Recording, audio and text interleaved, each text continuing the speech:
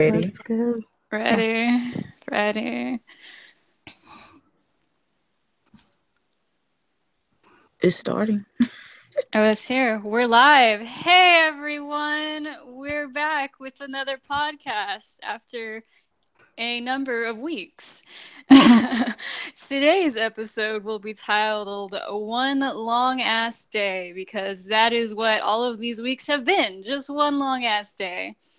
As usual, I'm the last big cat here to talk too much, and with me we have Forever. Hi guys, I'm Forever Michonne. Here to talk too little. And Candace. Hi guys, I'm Candace, and I'm trying to remember the last few episodes. I know I'm really over everybody at this point. Yeah.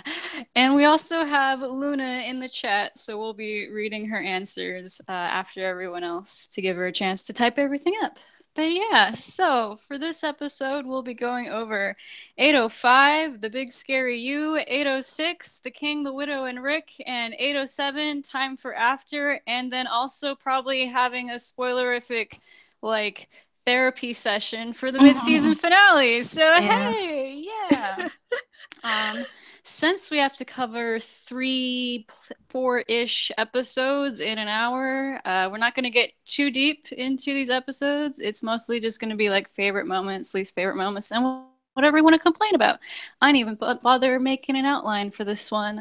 So, yeah. To get started, we'll go to The Big Scary You, which was the big old like Negan-y episode or whatever. So, Forever, what was your favorite moment from the episode you didn't watch? I like the part where Negan died. Man, that was my favorite too. I can't think of anything. I didn't watch much of it, so I'm sorry. Candace, did you watch the episode and have a favorite moment? I started watching the episode like an hour ago. I got a little far into it.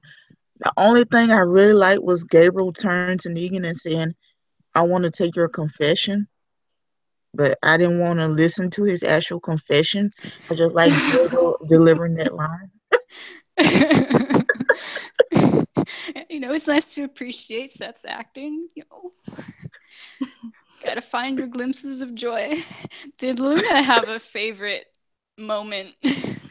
She said she liked Gabe. She just liked how he was getting under people's skin. LOL. Yeah, I didn't watch the episode either because it sounded exactly like something I wouldn't want to watch ever in my life. So my favorite moment was probably what I ate for dinner that night.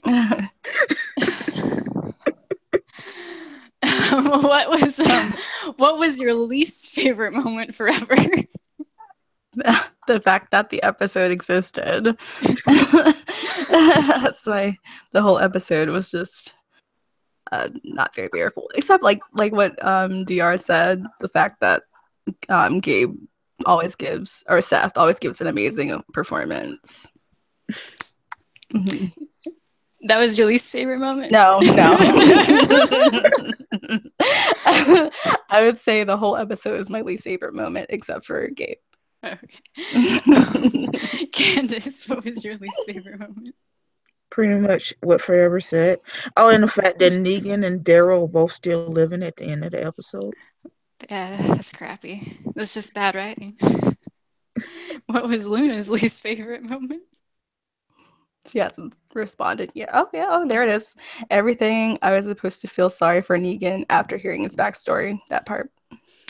Yeah, my least favorite moment, which I don't know. It's just that they kept his comic backstory.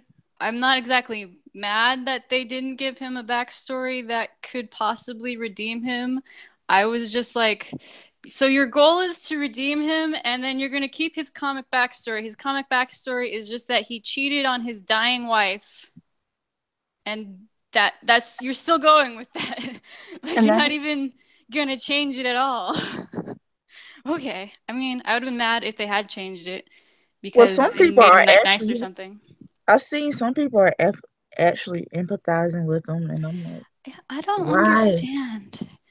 Like, how? What? So he cheated on his wife? Oh God, that's so sad. So he's an asshole, and he's still an asshole. Who kills innocent people? I mean, Oh man, I'm just gonna. I guess that's what you got to do. I'm gonna get a wife, and I'm gonna cheat on her, and then I can kill whoever I want. and everybody will feel sorry for me, not my victims, but me, And the because Oh, I'm a focus. real victim here.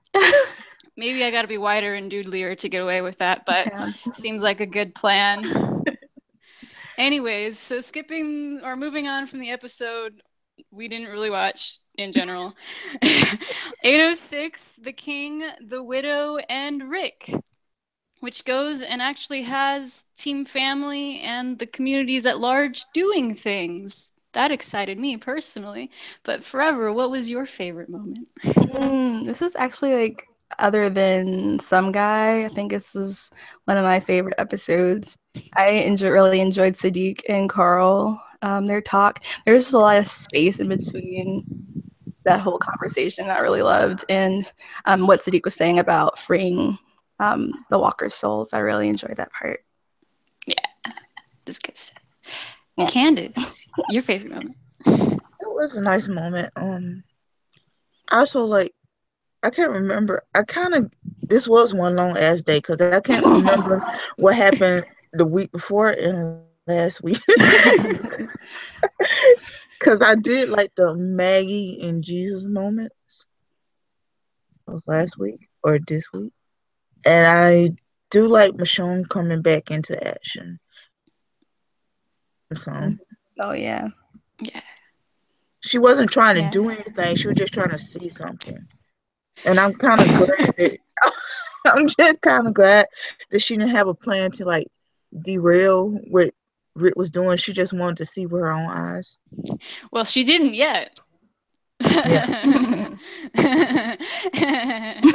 Luna, do you have a favorite moment?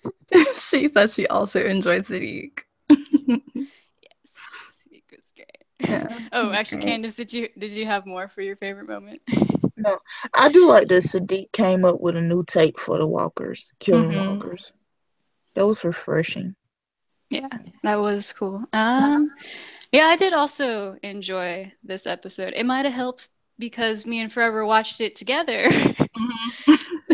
So I didn't have to just sit still and stew in my juices. But yeah, overall, I think other than Some Guy, this is probably my favorite. It was nice to see a little bit of all of the communities working on stuff. Had issues, but it's favorite moment. So I'm gonna think about. I liked seeing more of like Maggie in the leadership role and how she was handling that. And I'm pretty sure this was the episode with the prisoner stuff or more of the Yes. prisoner stuff. Like, and she put them in the pen. Yeah, Oh that was yeah. this one. So And she put Gregory in the pen. That was my yes, favorite moment. yes, yeah. And I liked when she mentioned that she was kind of doing it so they could be used as bargaining chips. I just appreciate the practicality.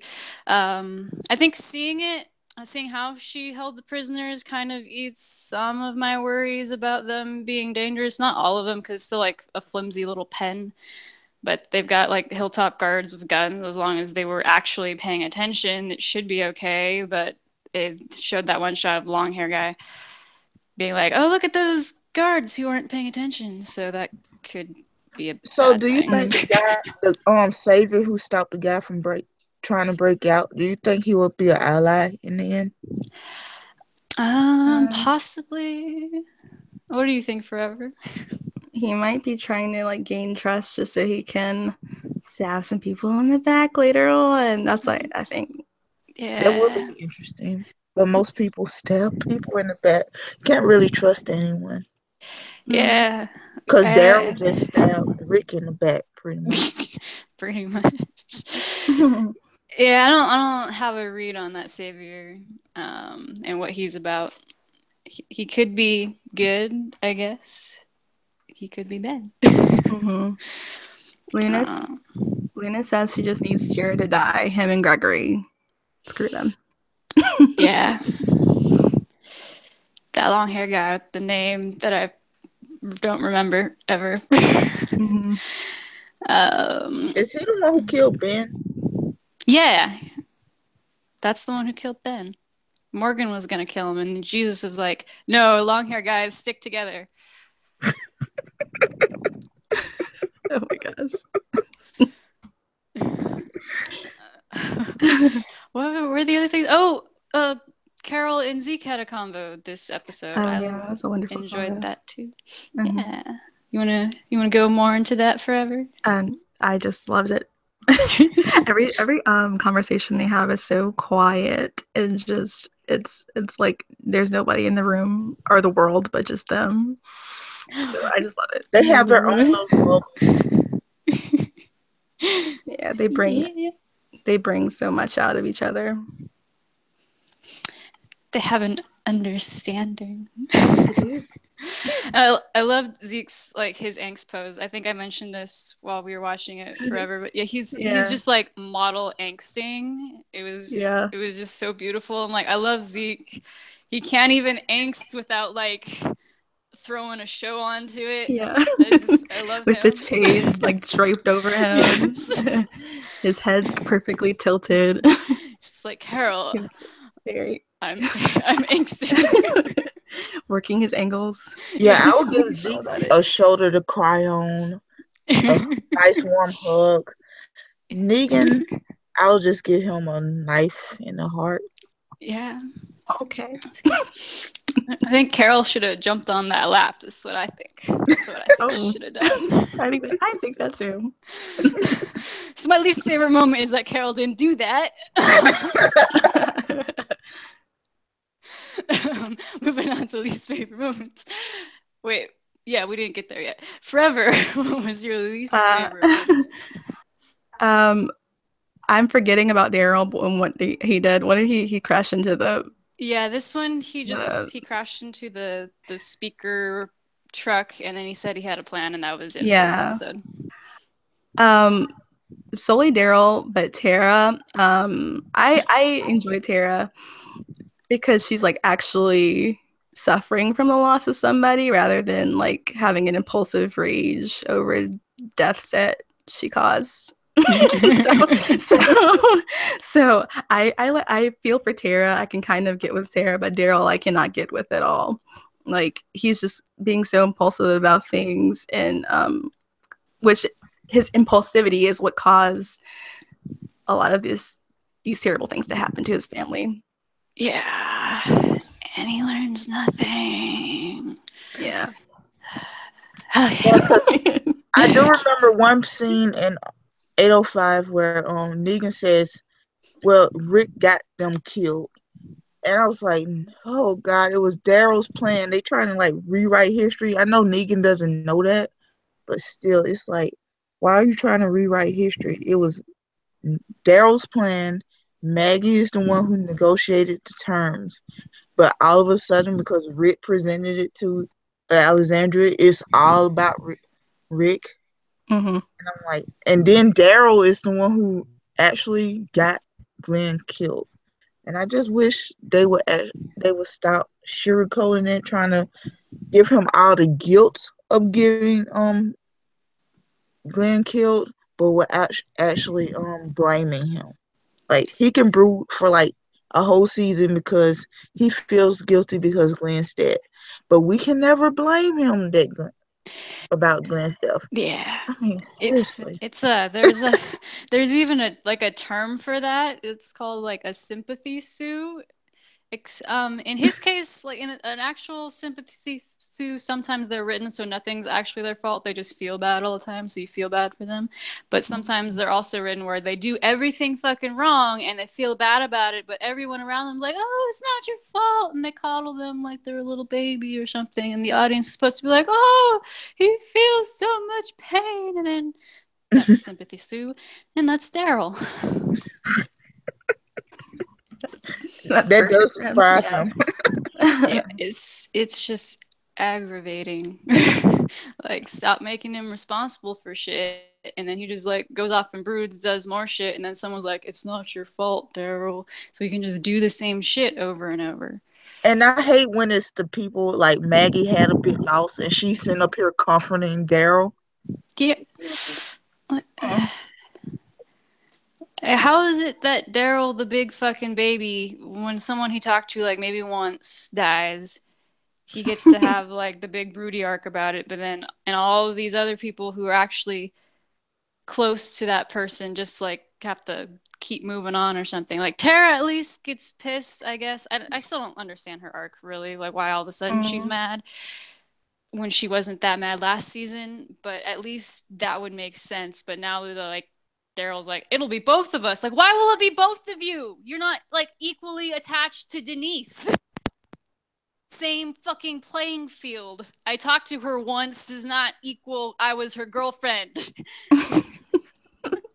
Well, I do like Rosita's handling of Sasha. That seems about right. At least she learned, right? I guess. Yeah. She's not Daryl 2.0. We can say that. Yeah. I mean, I'm sad it took Sasha dying for her to figure it out. Mm-hmm. And yeah, but at least I can say at least Rosita is capable of change. Character development. Amazing. It's a beautiful thing. Yeah. Any comments forever on our latest rant? Yeah, you guys said it all about Daryl. Right? Luna has a comment. Hmm? She says about her least favorite moment. What I want to say involves Daryl and a lot of anger and cursing. I'm just going to leave it there. So Yeah. she doesn't want to give us a rant. So. Yeah. Wow. I think we covered that episode, other than my annoyance with Michonne's plot, but that will happen next episode, 807. The one that was titled something, I don't know, I must have forgot it in my blind rage. Time after something. Time for after. Right. Time for after.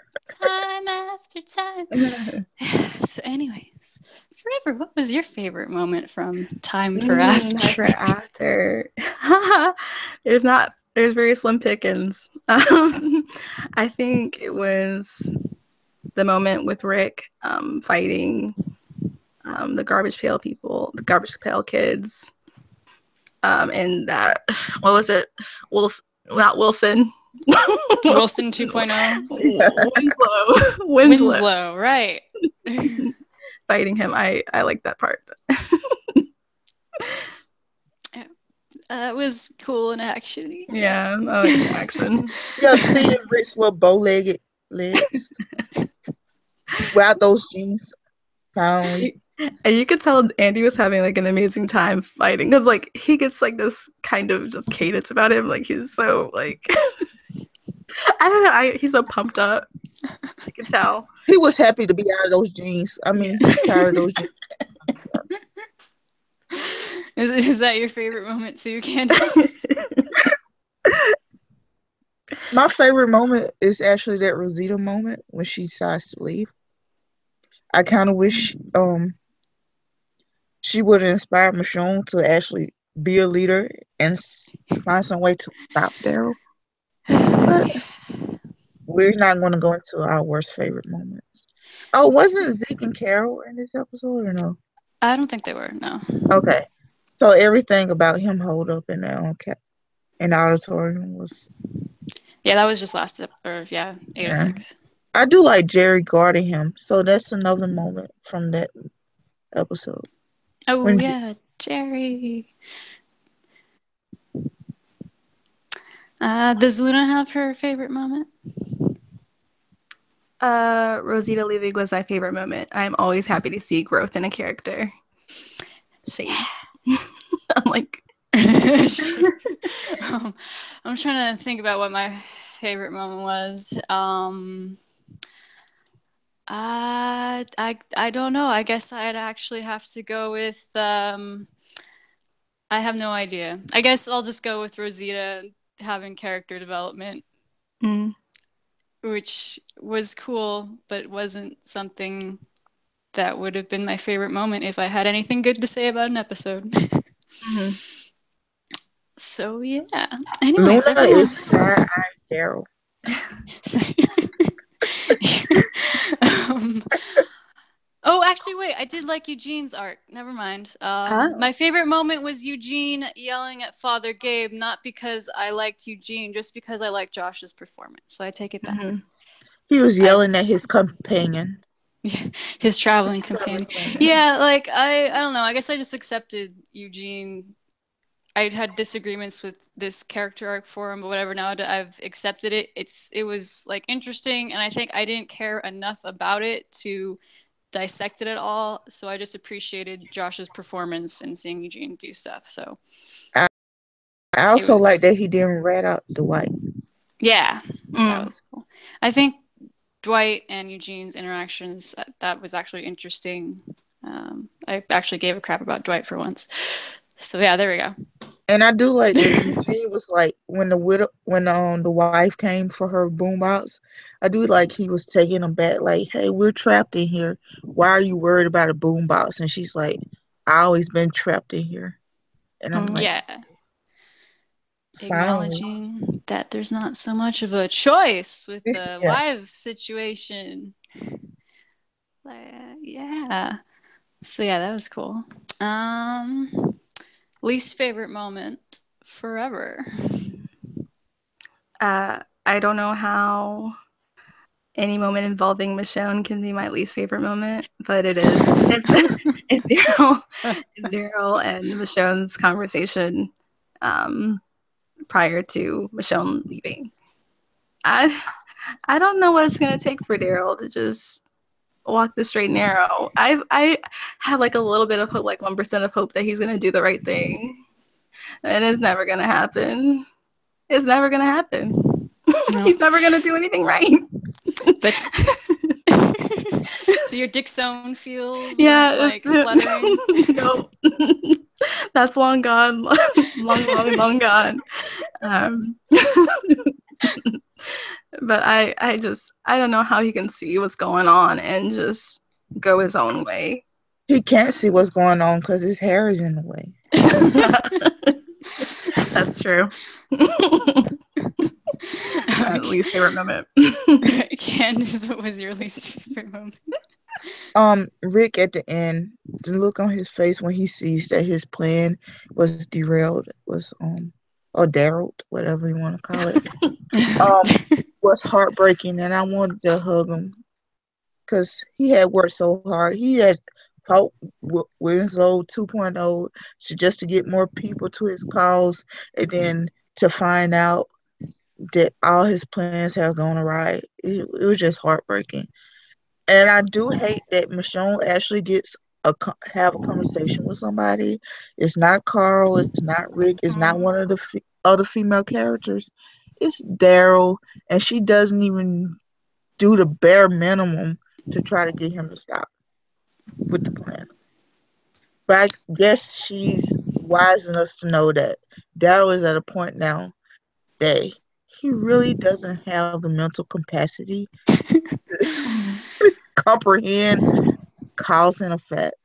Well, see, when children can't understand things, usually they get put on timeout or something, right? Yeah. I'm like, well, let's just let them drive a truck into the sanctuary and fuck up the plan. There's nothing we can do. Boys will be boys. She should have took the keys and stuffed them in her bra or something. Like, anything at all.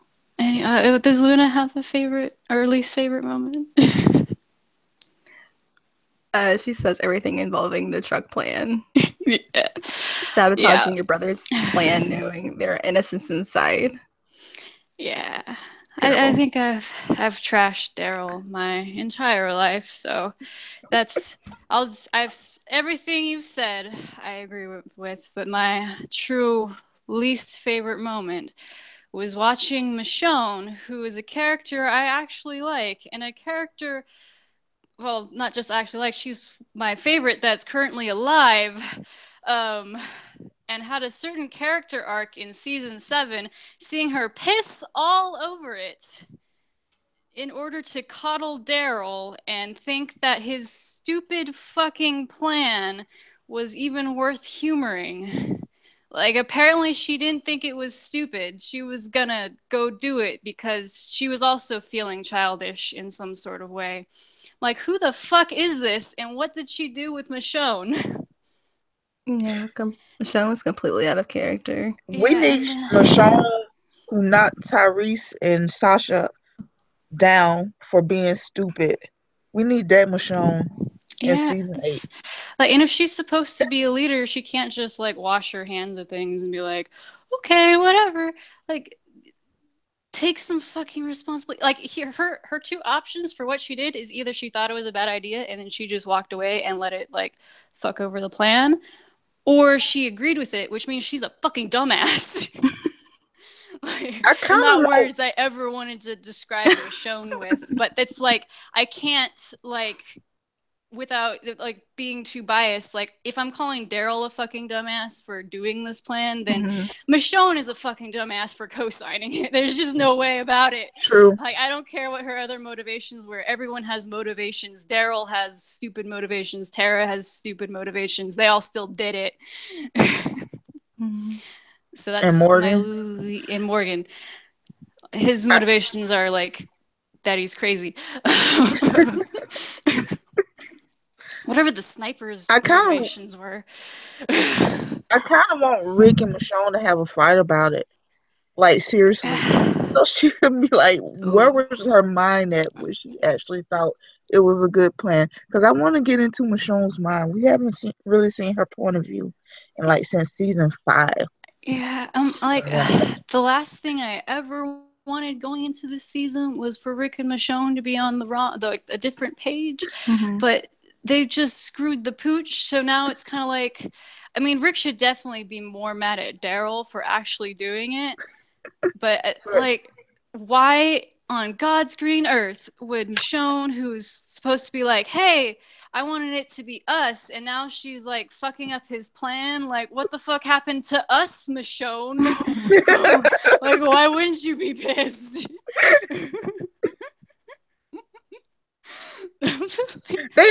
They are kind of trying to do the internal conflict a little bit. You know, we've seen it with Maggie and Jesus. So I kind of want them to actually, because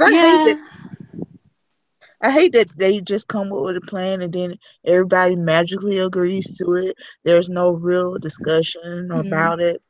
And then the outcome goes wrong and then everybody magically forgives the person who does it. I mean, that's not natural. Yeah. I mean, I feel like a lot of the conflicts have been manufactured. Like, it feels like it's coming because they're making characters do things they wouldn't do. So that's my annoyance there. But yeah, I remember us talking about how we wanted more team family and stuff to like disagree. I just wanted it to be in character and make sense. See, Daryl and Michonne could have disagreed, and it would have been in Michonne's character to like step back. So yeah. Yeah. But she wouldn't have just went down like, I'm just gonna go watch from the distance and see if this works. No, Michonne from season 4 or 5, she would have used her katana, took the keys or whatever, chopped off some of his hair so he can actually see. Let me help you, friend. It would have made more sense for Michonne to get word or when that Daryl was trying to like go with another plan and then went to go chase him because of that. Not that would have made yeah. It's like if her whole plot for those 2 episodes was nothing, because all she did was to go see that a plan was still working, and then she left knowing that it didn't work. So it was like she didn't do anything. She didn't have to contribute to this plan in any way. They were like, yeah, come do our plan. And then she's like, no, I'm not going to do the plan. Like, okay, well, the plan's going to go off without a hitch because we didn't need you. However, I do like your take on it. Like, she finds out that Daryl's planning to do this and she goes out and try to stop him. That's a lot better than what actually happened. Yeah. Yeah, sorry for interrupting. Just what we forgot to mention Aaron and the baby. And Maggie's holding the baby. Crazy. I think that was the episode before, I think. But yeah, Gracie still here. Yeah, that was it was a Yeah, cool little detail seeing Maggie actually hold the baby while she's still pregnant. Mhm. yeah. And then I watched these episodes together, so that's probably why I keep confusing yeah. what And then happened. and then did Aaron and Enid say where they were going? No, Because I but think I that drive, know, but I can't tell if I know because of spoilers or because they said in the Mm. episode. and Ah, they're driving a car with a busted out window in a zombie apocalypse. Luna says they didn't say. Okay. Well, oh, we can. What about Rick's plan, just overall going to the Garbage Pail Kids? What did everyone think about that part of the plan forever? Mm. I don't know why he's still trying to. Well, then again, I don't know the whole plan, but I don't know why he's trying to like still make amends with. Wasn't that a plan B because the kingdom lost so many people, or was it? I don't know. I think he said to Daryl that whatever episode that was, that that part of the plan was still a go. Like he was still going to do that even before they found out the kingdom was gone. Okay. Tara just emphasized that they really needed it now because the kingdom was gone. Mm. But I guess you're gonna do what you have to do in these circumstances. But I'm still not understanding why Rick would do that because he knows that they're not to be trusted. Jadis is not to be trusted. And he went by himself, which was Going by himself. He just everything about this happens. see, Daryl could have did that. He would have been right at home at the little trash can. Yes, send Daryl. Candace, did you have any specific thoughts on the actual the plan? I think Rick is just a man without options, and he's trying to find some. And I do see why he would want an ally, like a reluctant ally, but he kind of gets Jada's motives. Like she says, she doesn't put in the effort. What was her line about? They just It doesn't take. bother. We Yeah, take, don't bother. yeah. So he's like if he can appeal to that nature, then he's all right. So that's what he did, and he got his people. Yeah, I don't know. I just don't like him going by himself. But I do like that she got him out the jeans. But I see. Does Luna have any thoughts on the garbage pail Still plan? on typing. Oh yeah, I have so many thoughts on the garbage pail plan. Mostly that I think it's stupid. I understand the need for numbers, just that the garbage pail kids are like there's so much risk for so little payoff. I feel like you have to threaten them. That means you have to manage them. You have to at every time show that you are a threat to them. Because first they don't bother, whatever. But anytime they think, we can get rid of these people who just threatened us by siding with the saviors and for whatever. And maybe it doesn't seem immediately obvious how they could do that, but you don't know what they're gonna find out or what's gonna happen. And anytime the tides turn, maybe they turn on you and side with the saviors, or maybe they just fuck off and you went on through did all that effort for nothing.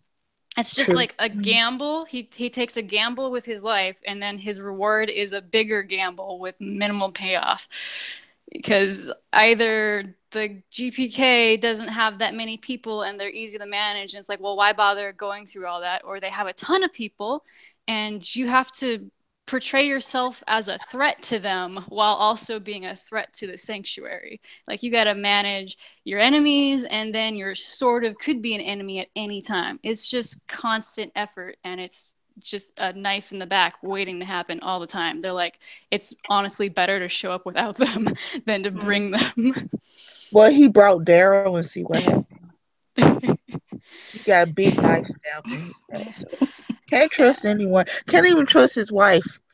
Yeah, just fuck it. People will betray. At least they betrayed him to his face, right? Yeah. What? Go GPK. They're not so bad. Rick knows what he's getting with him. He does. For some Jesus. reason, he's blind to all Daryl's faults. So, and Tara, who's has his ear, is also. You don't have to feel bad, Tara. Should have gone to Oceanside. They can't even kill you anymore because they don't have guns because you took them. Just like how much more convincing though those pictures have been to Oceanside. It's like, hey, look, we can beat the saviors. You can be free of them forever. Just like show up. Literally, all you have to do is show up. Bare minimum. No effort. Just come with us. Show up, and you can be free of them forever. Are they going to show Oceanside this season? I don't have any spoilers. They are. I don't have specific spoilers, but I know that the actress who plays Sydney Park is on the show this season. Okay, that's good. So they do come up at some point. Luna says she doesn't have any thoughts about GPK, but she just believes Rick need more people, and we got to see naked Rick, so for her, it's all good. Yeah, and then I heard the idea that maybe he's trying to turn the GPK and the Saviors against each other, but at the same time, if their plan was to like get the Saviors to surrender, then why is there this weird long game with getting the GPK to go against them, and why would the Saviors turn on the GPK after they've surrendered? And if they're just being used as meat shields, then why would the GPK like agree to that when you're like, oh, just stand in front of us? Why are we standing for? Just stand in front of us. Like if you're threatening them in order to get them to comply, and then all you're gonna do is get them to be killed, and their options are kill, or their options are die or die. Just as someone who's being anyone in that position, why would they choose die this way over die this other way? So I don't see a way that the GPK plan works. I just don't. I just don't. It doesn't make sense. Rick should have gone to Oceanside. But yeah, I guess, did anyone have any other thoughts on these last 3 episodes? There is this one particular scene in what episode was it? 706. That one savior that was about to fight Michonne. Oh, I wish she would come back. Yes.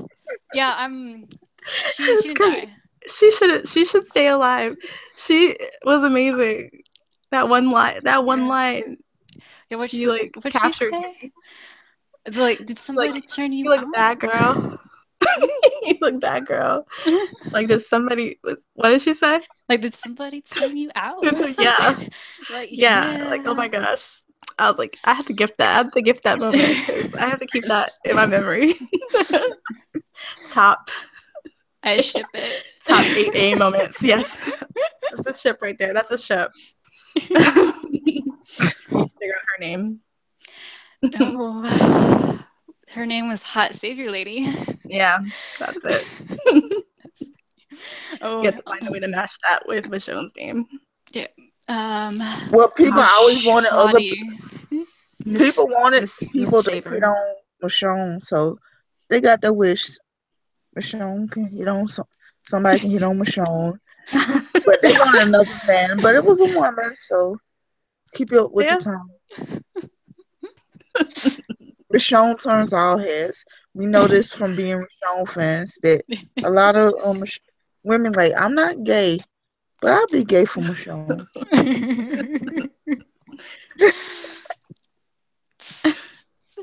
Yeah, that was a good moment. I take it back.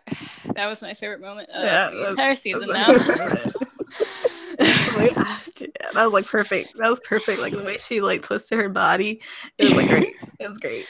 And then Daryl killed her, so fuck Daryl. I know. Doubly. Actually, he didn't, because she's alive. Yeah, she's alive. She's alive. You can't be that hot and die. Yeah. Oh, yeah. She's gonna bring Beth back. For Daryl. Yeah. Yeah, but any other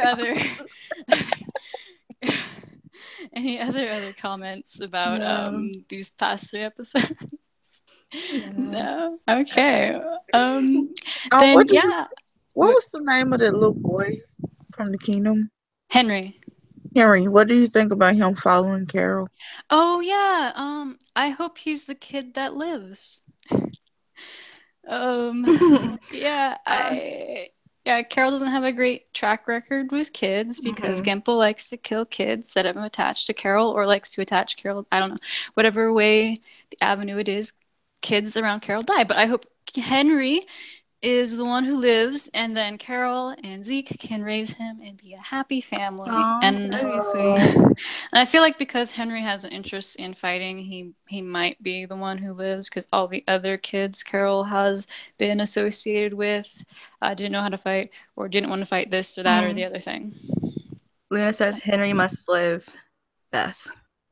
Yes. The colon Beths. Beth emoji. And Forever, what were your thoughts on Henry? On Henry, I really like that Carol is connected to kids. I know that it's always turned out very badly for both parties. But yeah, like you said, I do hope that he stays alive and that he's able to fight and ultimately live. Yes. That'd be nice. Yeah. Okay. I think that might be all the moments that we'll cover for the past 3 episodes. So we can enter into the spoilerific mid-season finale therapy session. Y'all ready for that? No. No. I wish Gimple would go back in time and rewrite this episode.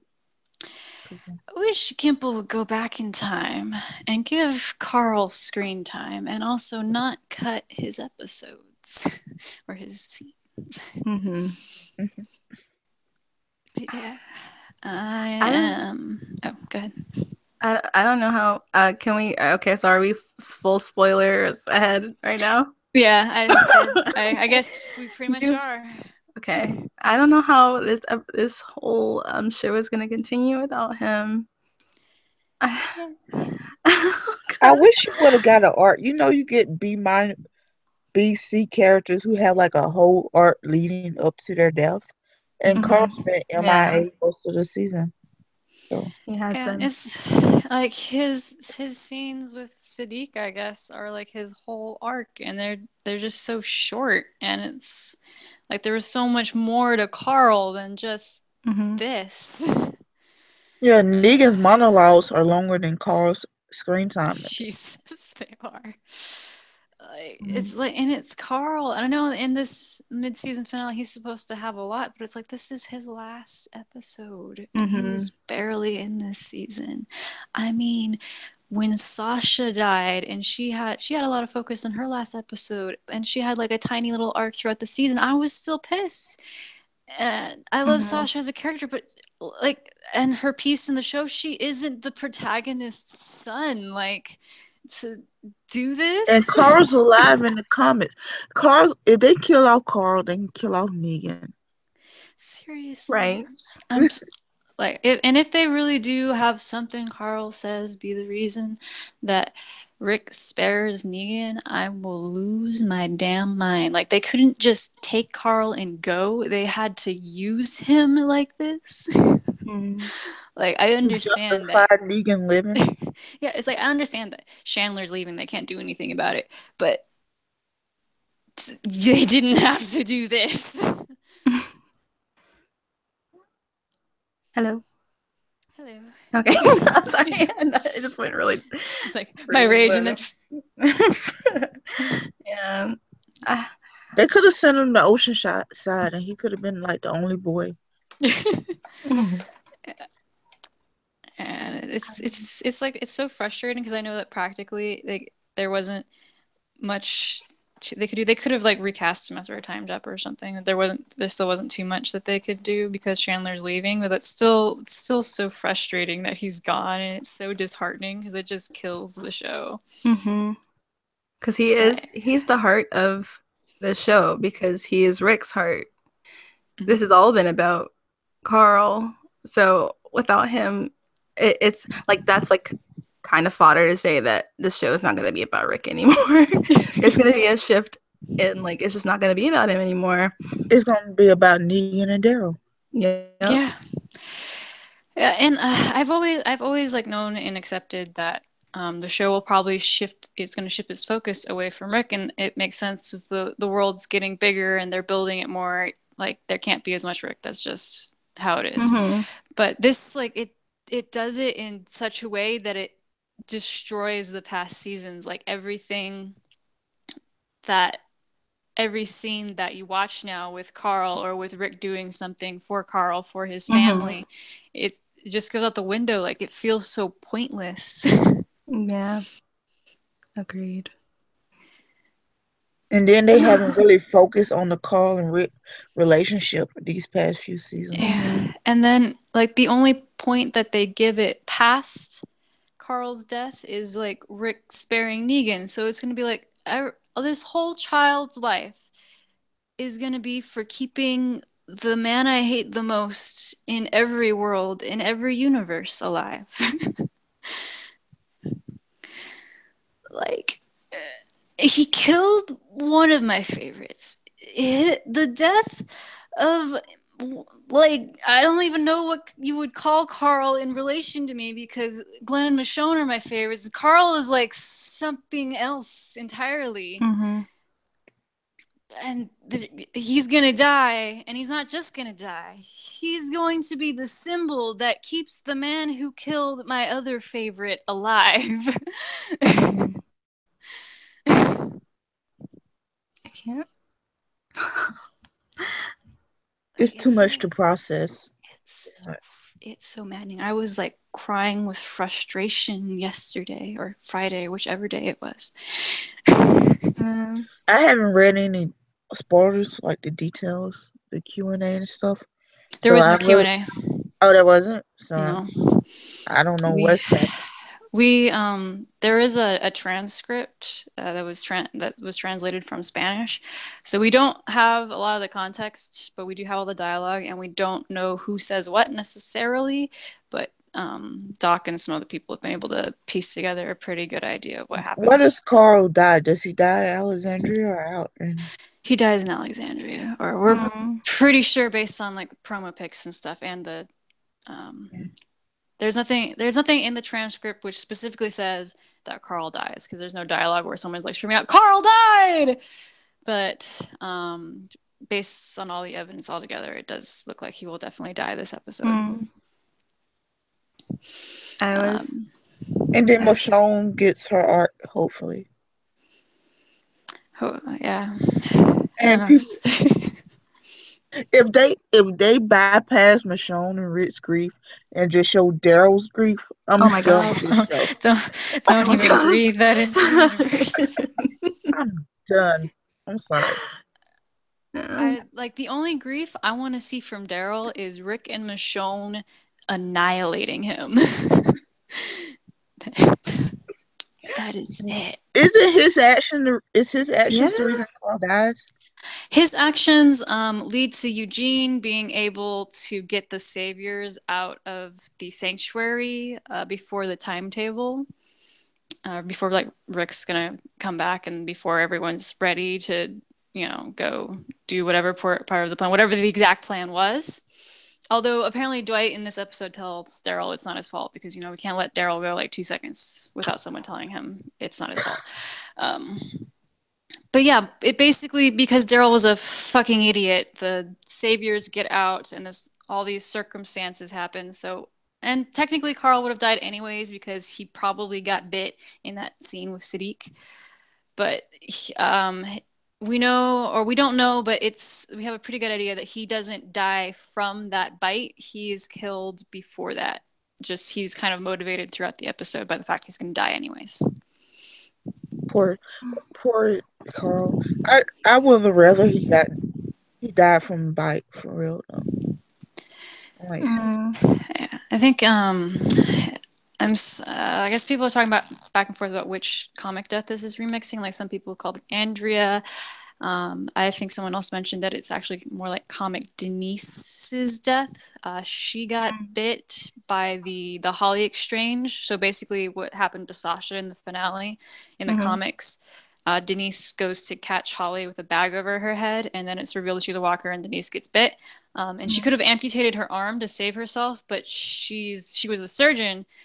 So she chose instead to keep her arm intact so she could perform surgery on Heath so he would live. So she sacrificed her life to take care of Heath and then the rest of Alexandria.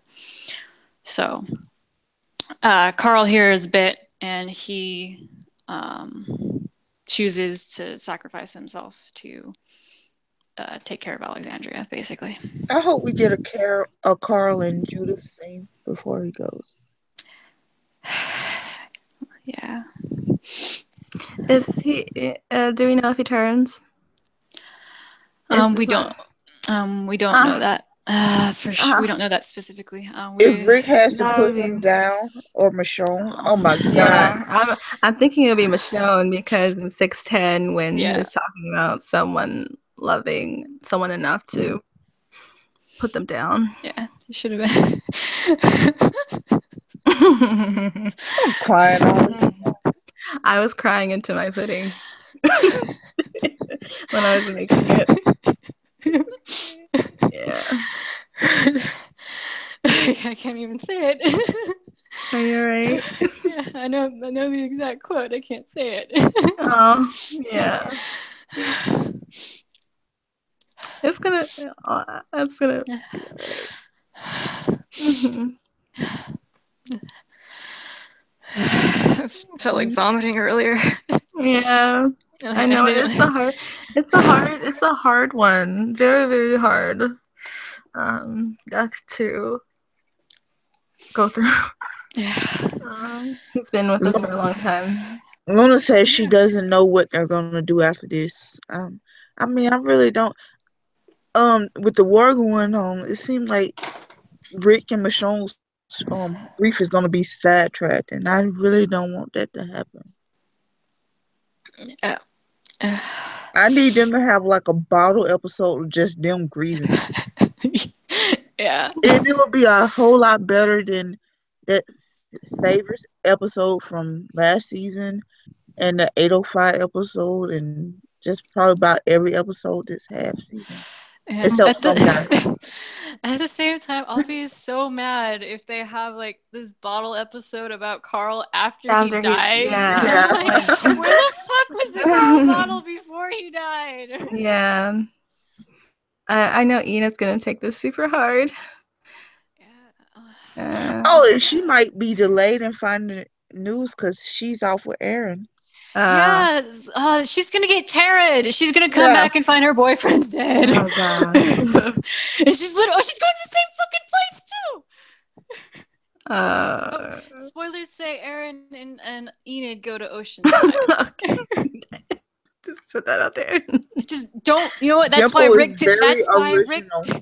That's why Rick didn't go to Oceanside. He knows if you go to Oceanside and you leave May behind, you come back and they're dead. Yeah, Rick only goes to Oceanside with Michonne. Never without her.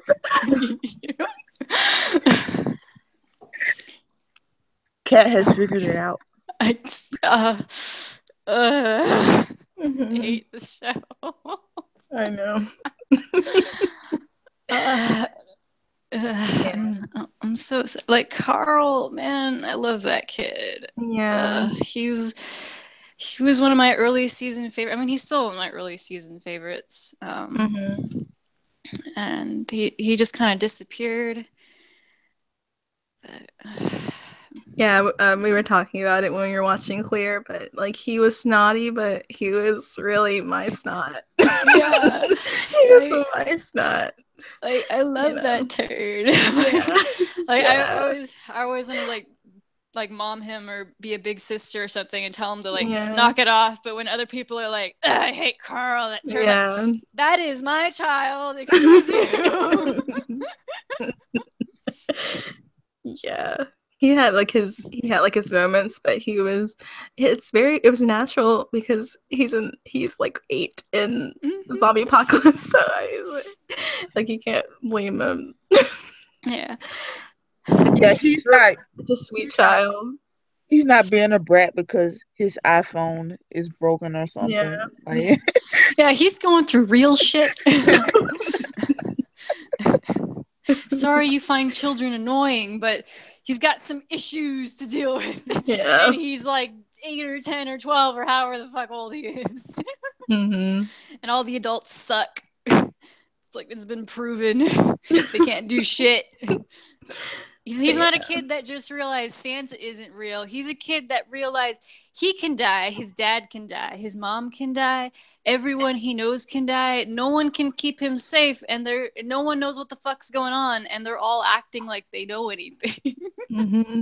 And not only can they die, they can like reanimate and wander Heal you forever. Like there wasn't really much reason for him to like be an obedient child or whatever. I mean, there were things that he definitely should have listened about, but it's like none of the adults know what's going on. He's just smart enough to know that. He's not smart enough to know that he shouldn't run off on his own still. But it's like why would he listen to his parents when they don't know anything either? Mm-hmm.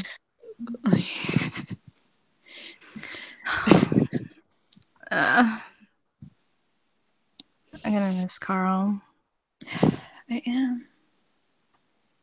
I miss that brat already. Luna says Carl's dealing with real shit. Still your Wi-Fi connection issues.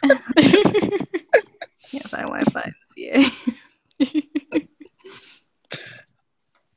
Or somebody didn't like your comment on Facebook or your Instagram pic. Yeah. You have a meltdown.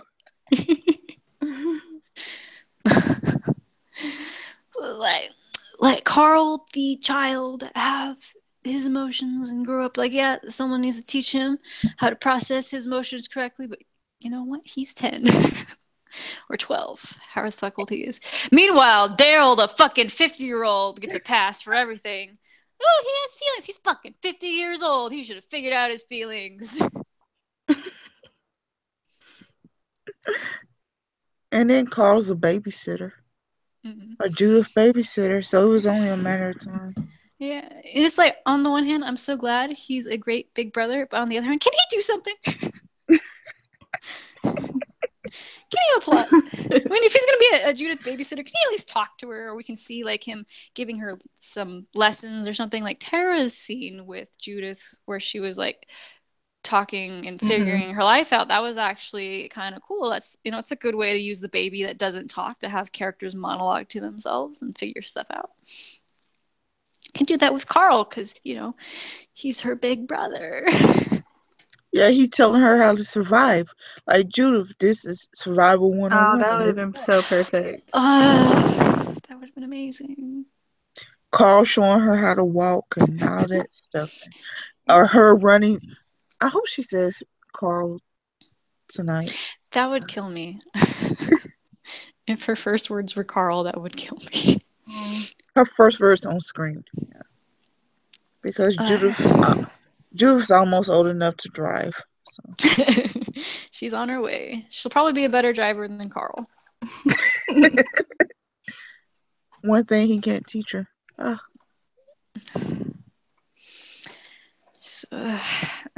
so upset that Judith isn't gonna know her big brother. That's just fucked up. Because he was a very big part of her life.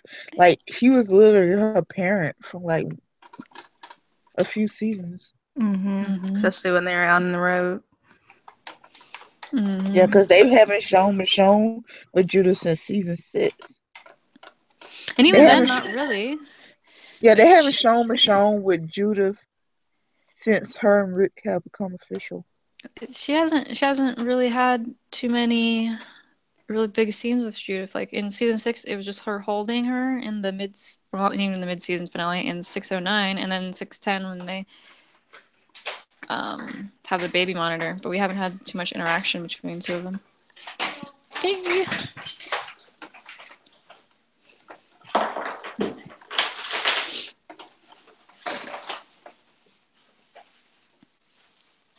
And so it reminds me of what was the episode? I used to know episodes off the top of my head.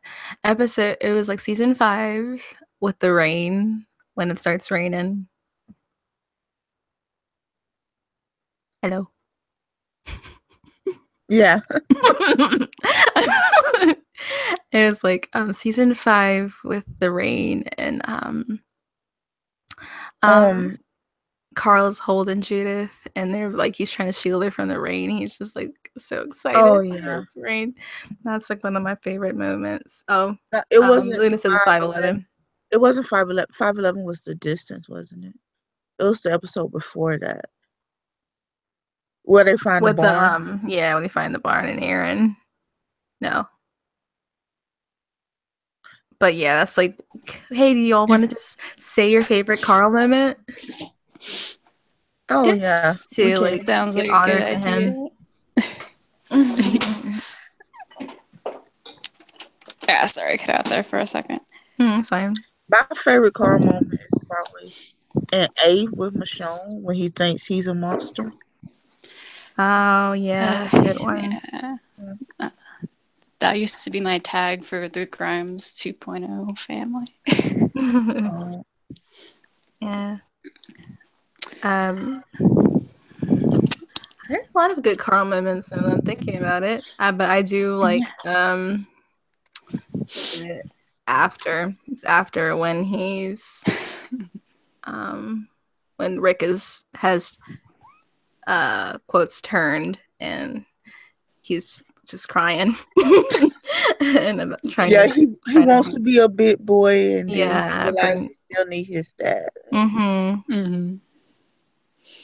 Yeah, all of After was so good. Oh, and I also like it when he hands Michonne the candy bar. Said we share. Yeah, the last big cat.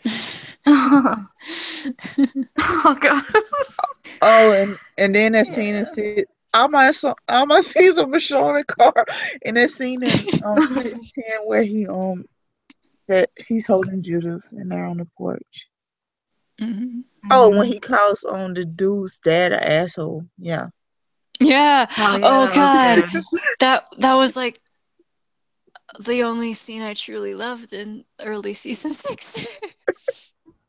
Because all the other scenes that I would have loved got tainted because Glenn Fake died. So yeah. Oh, and I didn't watch Morgan's episode until I think season 6 was over. So yeah, that was so awesome. In season 5, late season 5, he gives Maggie something. What is he gives her? I think that was in Them again. Them. Right when they were still on the road. That music box. Oh yeah, he gives her the music box. I love that. I think Eugene or somebody gets it to work. No, that was Daryl. Oh. He like knocked the dirt out of it, and of course it's Daryl. I guess Maggie couldn't knock the dirt out of it herself or something. Because I thought it was like a technical issue. That's why I was remembering it wrong and thinking it was Eugene. So, yeah. Luna likes Carl's bottle up in season 4. There, he learned that he couldn't do things on his own. As brave as able as he is, he still needs his dad. And Carl's fight with Elder Anderson. Yeah, that was great. Yeah, that was great. Carl could throw hands. He's like really good at fight to me. I love when the wolves were coming in and then and Carl saved Ron's stupid ass and he's like, come in here and I can save you. And it was just like it was cool to see all like 3 different kids from different circumstances in the apocalypse, and we got our boy Carl leading the charge. Yeah. Teaching them being how to a be good kid warriors. to the brat. Yeah. And then Ron's like a little piss bag and runs off or whatever. Carl needed more kills in the episode Yeah. instead of Rambo Carol. I mean, He was protecting Judith. Because he's a good big brother. I also like Carl on the skates because it shows that even though he wants to be Yeah. mature, he's still a kid. And yeah. Yeah. That was You know. that was a good moment. And they were like holding hands and laughing, like, oh. Yeah. This is shrouded in a terrible Carl moment, but when he got shot and Michonne kisses his head right before she goes out to fight. Yeah. I liked I'm sorry. Yeah. When he pulls the gun on Jesus. Yeah. Oh, his like one-eyed side eye. Oh, and he finds out about Michonne. yeah. He's like smirking. Oh, when he was dissing soy milk. Oh yeah. Yeah. Like this brat. Yeah. And and then when they were talking about Andre and Judith in the house after Michonne saw that room, and he said that maybe Judith and Andre were together, and that was so great. Sweet. Carl was such a kid. And it was a kind of this continuation of this kind of minor character arc that Carl's had in regards to the afterlife and how people deal with death. Because in season 2, he told Carol that she was stupid for believing in heaven, and then Rick told him, "You can't tell people that. You just have to, whatever they need to believe in to make this shitty ass world bearable, just like let them." And so. I can't remember if there was a callback to that in season 3, but I remember there was something else in season 4 with his friend Patrick. After Patrick died, he was like putting a cross together, and he asked someone, I think maybe it was Carol, if Patrick was a Catholic or something. And then whoever it was said, he was like a practicing atheist or practicing agnostic or something. And then Carl like took the cross off. And it was just kind of this thing where Carl's like acknowledging people's beliefs and the afterlife. So, if they believe in God, then, you respect that. If they don't, then you respect that. And now I guess they're kind of tying that in with Siddiq because his mom was Muslim and believed just that the walkers had like their souls trapped in them. So you had to kill them to release their souls. So him helping Siddiq with that kind of fits with that thread. It does. Well, I want to make it on a lighter note. I do like season 4 when he comes running up to Michonne and Rich trying to and he wants her to stay, and you can see that he wants her to stay. Yeah. When they shared the comic books. When we were first introduced to Carl. No, not really. Was it when no, it's not, but when Rick and Carl were first like reunited in season 1. Yeah. The way that he just ran toward him. Even though Lori was trying to like hold him back. Who's this ghost that just appeared? The ghost is a walker. I don't know. Yeah, maybe he's some kind of weird walker. They can talk now. That looks like his dad. We do have a comment on Facebook, and somebody says my favorite Carl moment is when Rick is going too far to explain Michonne, and Carl just says it's cool. It's cool. Yeah. I already know. It's cool. He doesn't need details. Yeah, you're a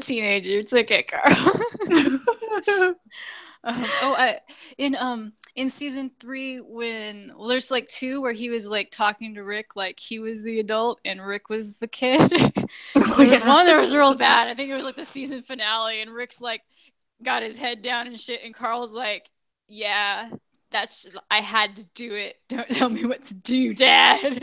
I'm like, you're such a brat, Carl. Bitch, you're my brat.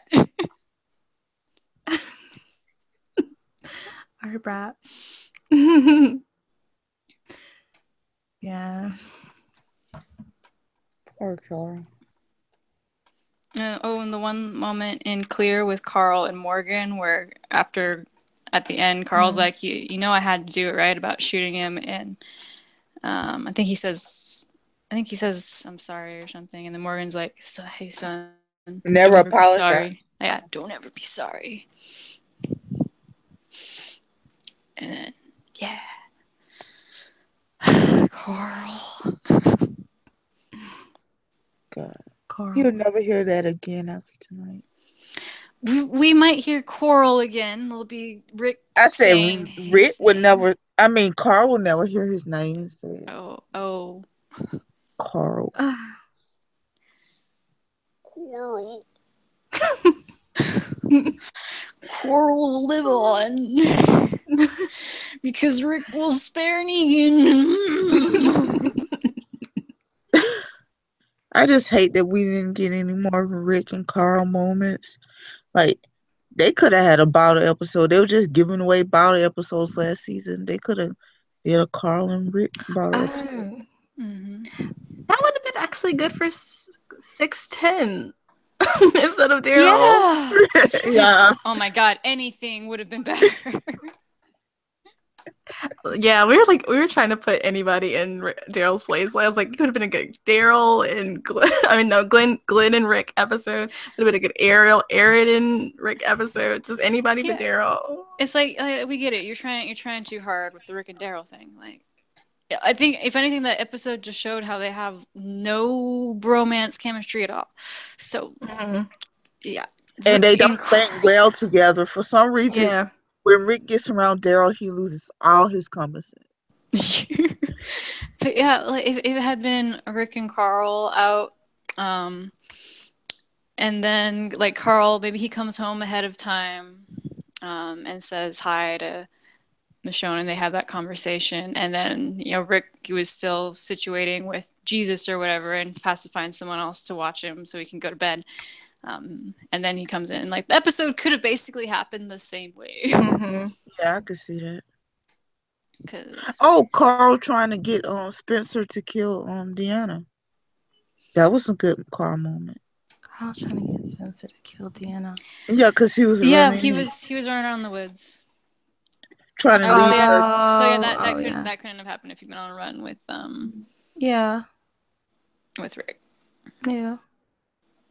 But I kind of wish Rick and Carl had a moment in that episode, and Rick comes home and asks where Michonne is, and he's like, she's in the woods with Spencer. You know what your lady does in the woods, right, Rick?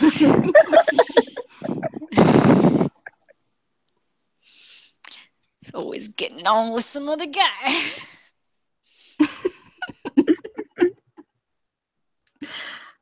Oh gosh.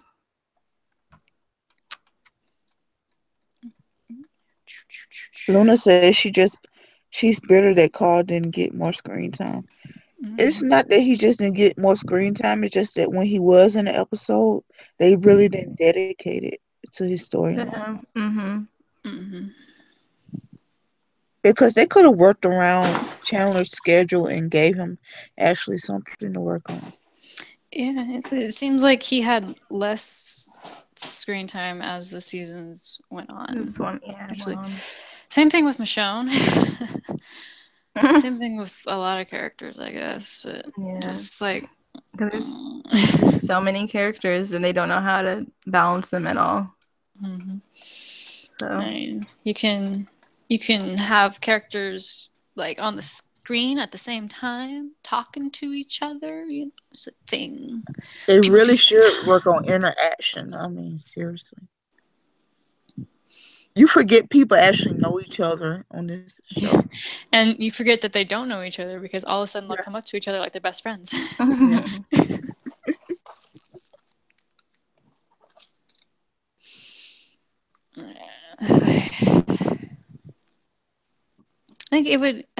They'd really benefit just from like consistent character,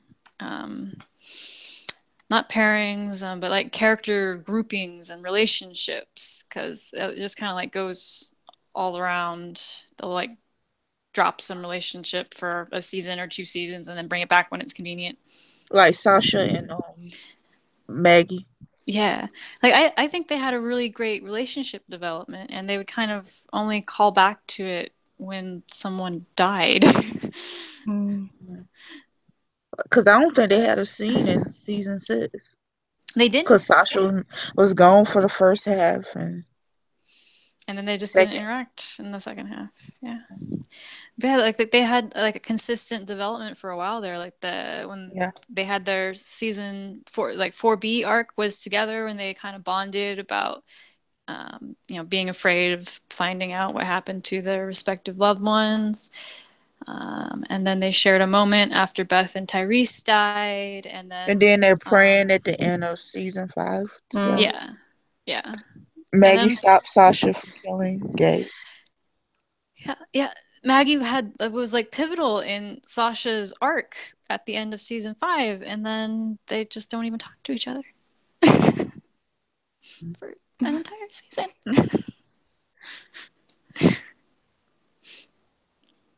Yeah, and Sasha gets a new boyfriend, and Maggie doesn't know anything about it.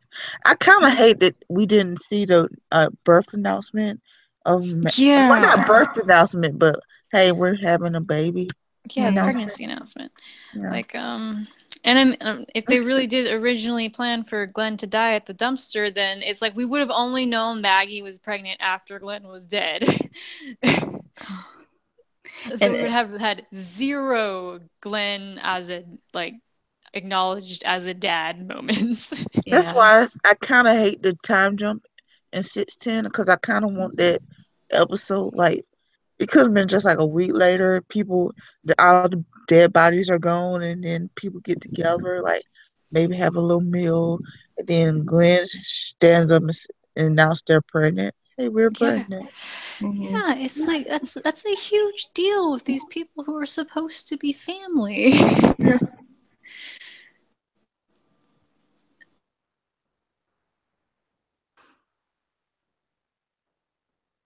Yeah, it was only hinted at in the beginning of season 6, like with that weird black and white episode. Like they were kind of like whispering about it a little bit, but they definitely could have just said, "Hey, we're having a baby." Yeah, they could have had a dinner in that episode. Yeah, announce it, but they wanted to wait till after she thinks Glenn's in trouble to say, "Oh, I'm pregnant." So. Oh my God. It's almost time for the episode. It's almost time for the episode. Well, it's been fun. Going I think we lost Big Cat. Yeah, her mic's muted. Yeah. It's been fun chatting with you guys and remembering Carl. Can we all do like Rick Grimes Carl? Can we close it off like that? Hi, I'm back. I gave ALDG Rashawn Lover the wrong address. I combined my home address with my work address. So I can be here another 10 minutes, which is about how long it takes to get from work to my house. But yeah, we can sign off and everyone can get ready for the episode. We're doing Rick and Carl moments? No, she wants everybody to say Carl like Rick does. Oh, okay. Okay, am I gonna start? Yeah, it's your thing. It's your show. Okay. Coral. That's fine. Coral? I can't do it. Coral. Coral. Coral. Why coral?